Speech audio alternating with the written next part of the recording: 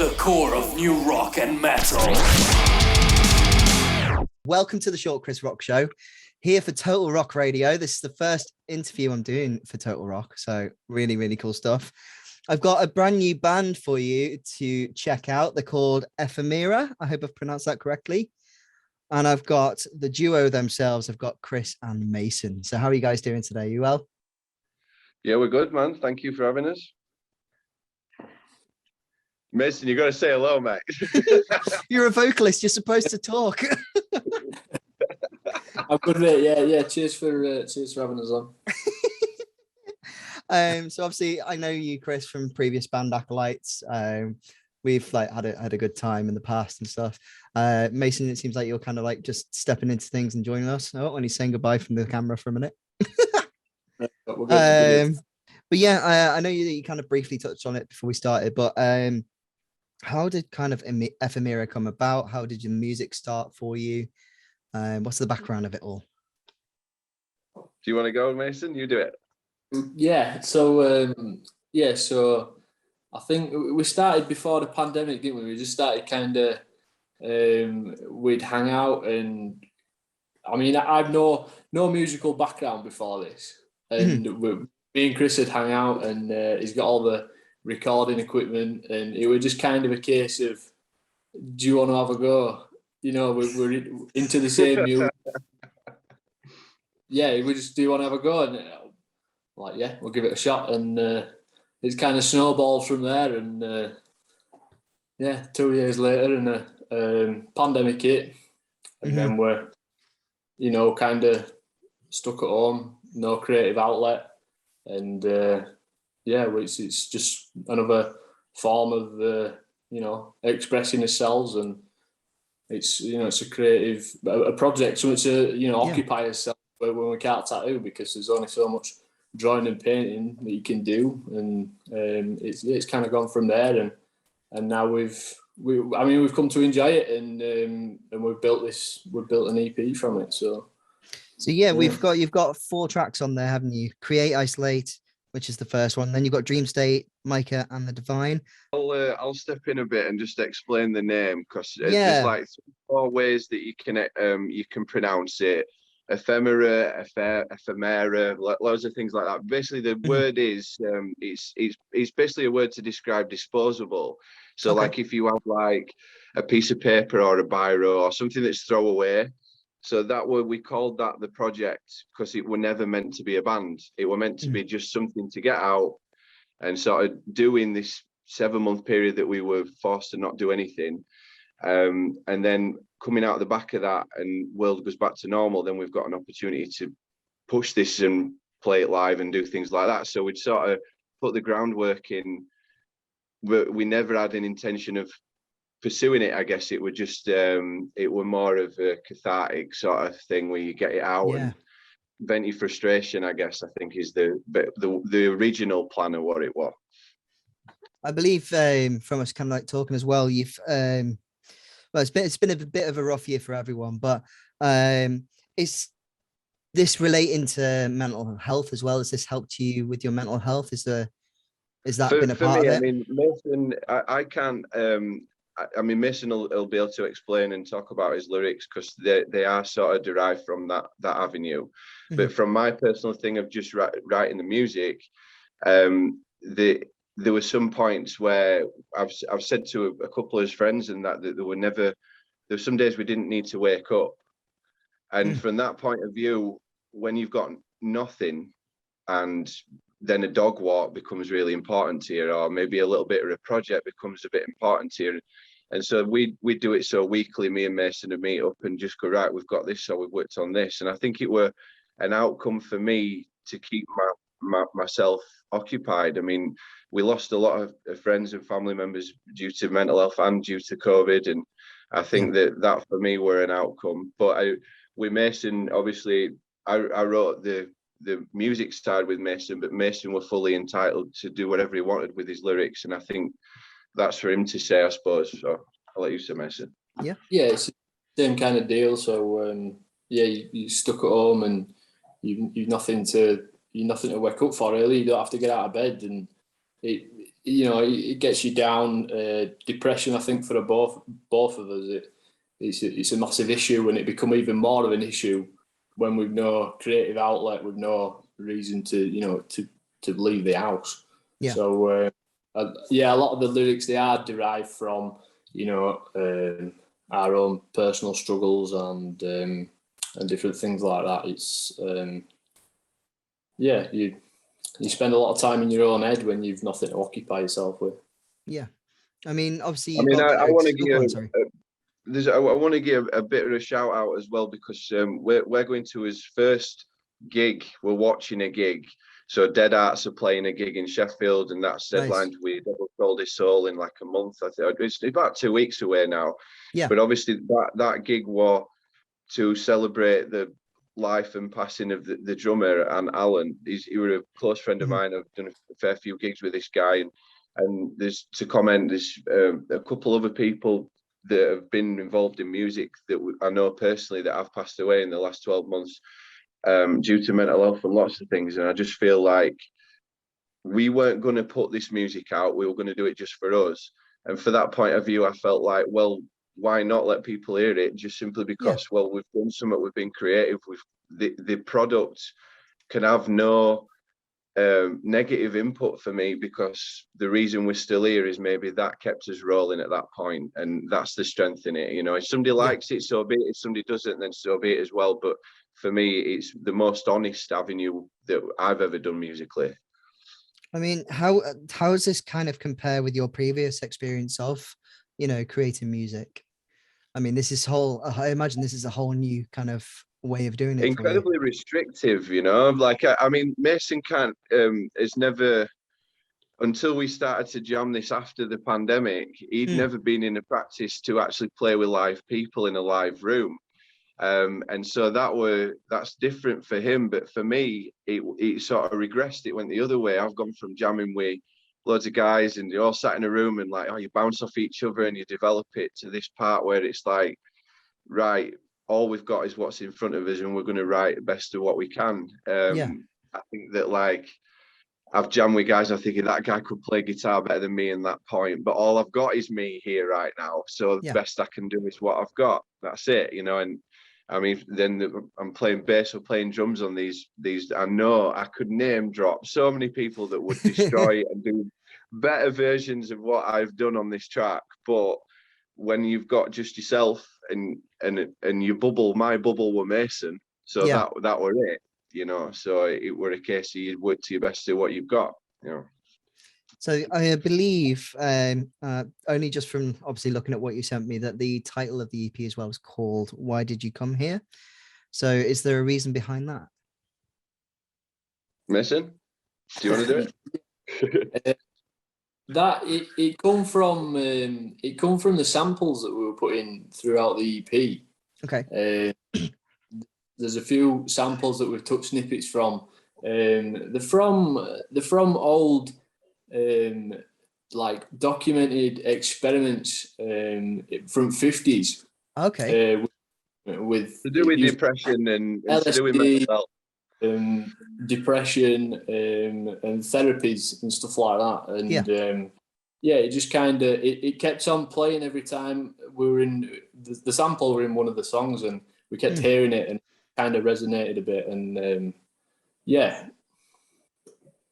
It was a guy that were getting interviewed by a doctor, and they'd prescribed him a couple of things to sort of medicate him because he was struggling with depression. The doctor, that was the thing he asked, is, why did you come here? The irony of that is sort of like, we were like, well, why are we doing this? Yeah. It's almost like that prescription, but instead of it's giving yourself something to focus on, to take your mind away. So it was that our interpretation of coming here, what to be creative.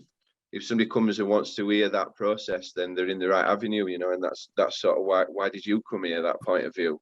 Yeah, I love that. Obviously, I mean, mental health, the way it's looked after, has definitely changed then over that period of time. What's that, about 70 years? So, I mean, for you yourselves, is there any advice that you'd give to people who may be watching, who are who've been in similar situations or are in a difficult situation with their mental health now? Is there anything you'd say to help? Well, I think there's one tiny bit of advice I could give, because everybody's deals with things in their own way. And that's not for me to say you shouldn't go to your doctor, or you shouldn't take this, or you should, or everyone's different. But from my perspective, I found that in order to deal with mental health, deal with depression and anxiety and stuff like that, is I like a distraction, and my distraction is being creative. If I can focus on, even if it's a jigsaw or a painting or a drawing or a tattoo or a bass line or whatever it is, if I can channel myself into that, then you can sort of get past the thing that is more of a paramount issue before that, that might be blown out of proportion. There might be a lot of things like that, but if you can take yourself away, a little bit of escapism is probably an asset in mental health. Have you got anything to add to that, Mason? Yeah, definitely. A project, like I said, we've got our creative outlet, which is tattooing and art. So once that's taken away, a lot of things become apparent, especially with the lack of something to occupy your mind. You puts you in a dark place, So just even the smallest thing, a project to, something to distract you is massive, and something to look forward to. Yeah. So kind of sticking with the EP, is there a particular track that means most to you?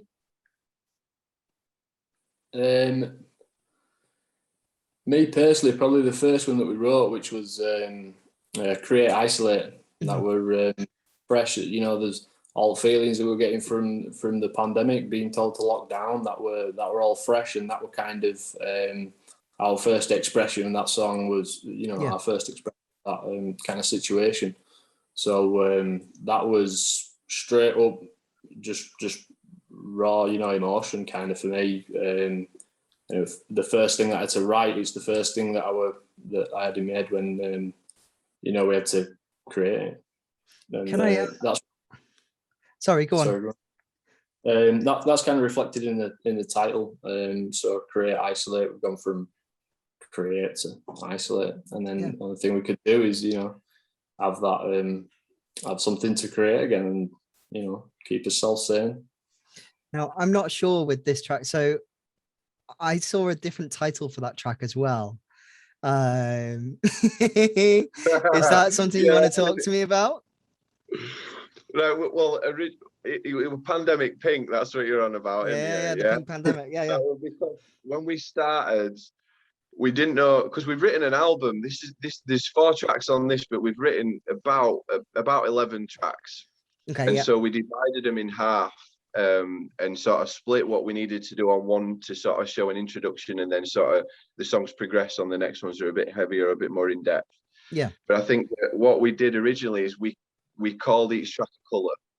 Okay, cool. And that was just to sort of figure out where we're going through it. And obviously the first song, it was the pandemic, so that were it. So you had the working title when I sent you that one. Yeah. There you go, little exclusives there for you. So yeah, I mean, obviously you've talked about obviously you've got this one coming out now, part 1. You've obviously mentioned that there's going to be another part to come, but what is next then for you guys?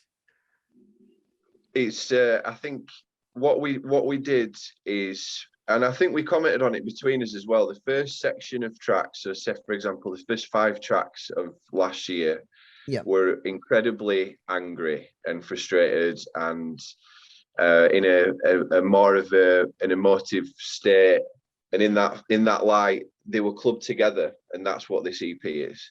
And I think that the next sections of what we got is like we were progressing a little bit, and working with vocals in different ranges, and working with guitars and different tunings and lots of things. So it changed into a maybe more of a prog section, and sort of become a little bit bigger songs, because these songs are probably only about 2 minutes to song. Yeah, they're quite short. Sort of did that to just hit, like, so the first section was, this is where we stand on it, and I think the next part, a little bit longer songs, a little bit more progression, and as well because we're working with musicians them songs are developing as well. So it'll be different than your music. It'll be very similar but different. But the first one, this was established by just the two of us, so we had to do what we could do in that respect. And we're still going to perform them live, but I think the second part is more progression in musically, definitely. Lyrically, I think it's sort of, Mason's lyrics are extremely strong in my opinion, but I think it's sort of gone more into more of a metaphor in the later ones rather than on the nose with the first ones. So yeah, there we go. Mason, anything to add at all? Well, yeah, the second part, with so the first part, like Chris was saying, it's all to do with we're in a different place when we wrote that, when we put that together. And part two, I think it's going to be an evolution on that. You know, we've kind of got used to bouncing off each other now, and now we put stuff together, and now we work, and now we record, and so the next part, I think, it's going to just be evolved. You know, it's going to take a bit of a different turn. We're going to, try out some new stuff, and we've already wrote a couple of songs. We're just kind of fine tuning them, and and adding to them, and we'll see what we come up with. So now that you're back tattooing and stuff, do you find yourself being able to carry on with it all as well, or are you finding it a bit harder? Do you know what? I think my songs have got angrier now. We've gone back tattooing, especially with twitches. Maybe like when there's people panicking or not sitting, then I'll come back and write an heavy riff. Then I don't know. No. Hey, babe, to write one about me. I feel like they're getting more rounded in these songs because they're not as anarchistic, they're not as angry, we're not as frustrated because we back to his jobs and back to being creative every day. And I think when you get used to that, there's definitely a point where I took that for granted. 100% took that for granted before this pandemic, that you go in every day and you get to do a job that you love. Well, I'm a lucky guy to do that. I've worked hard to do that, but for someone to stop you, you have to vent in some sort of way. I think we might have lost Matt, by the way. Oh, is Mason gone? I think he's disappeared. Yeah, Mason. Why do I call him Matt? Is that a footballer's name, Matt Mason, isn't it? That's why. Oh, well, okay. I guess I'm going to have to finish it with you, Chris, which is never a bad thing. Don't tell him that, though. He'll watch this back and be like, what? Okay. No, thank you, honestly, mate. Thank you very much for having us and for having it meant for us because obviously I've known you through music and you've promoted previous bands we've been in and you've seen us play and stuff like that. But for me, I love your stuff, love your show, and it's a privilege to be on it. So thank you very much, mate. Honestly, appreciate that. And what you do for the music and progressing new bands, that's what we need because man, there's going to be a lot of angry bands out there now. You know, from I think it's all definitely starting to show.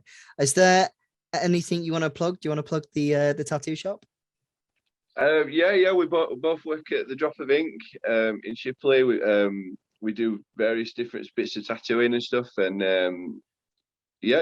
thank you for letting us do that as well. Yeah, I mean, it's there's a couple of bands actually I've noticed. There's been a couple of bands come out recently that are actually tattooists. It's a trend. So the frustration, maybe they created in a different way, but there's a fair few bands coming out at the moment that are exciting, and it's got an angry edge to it.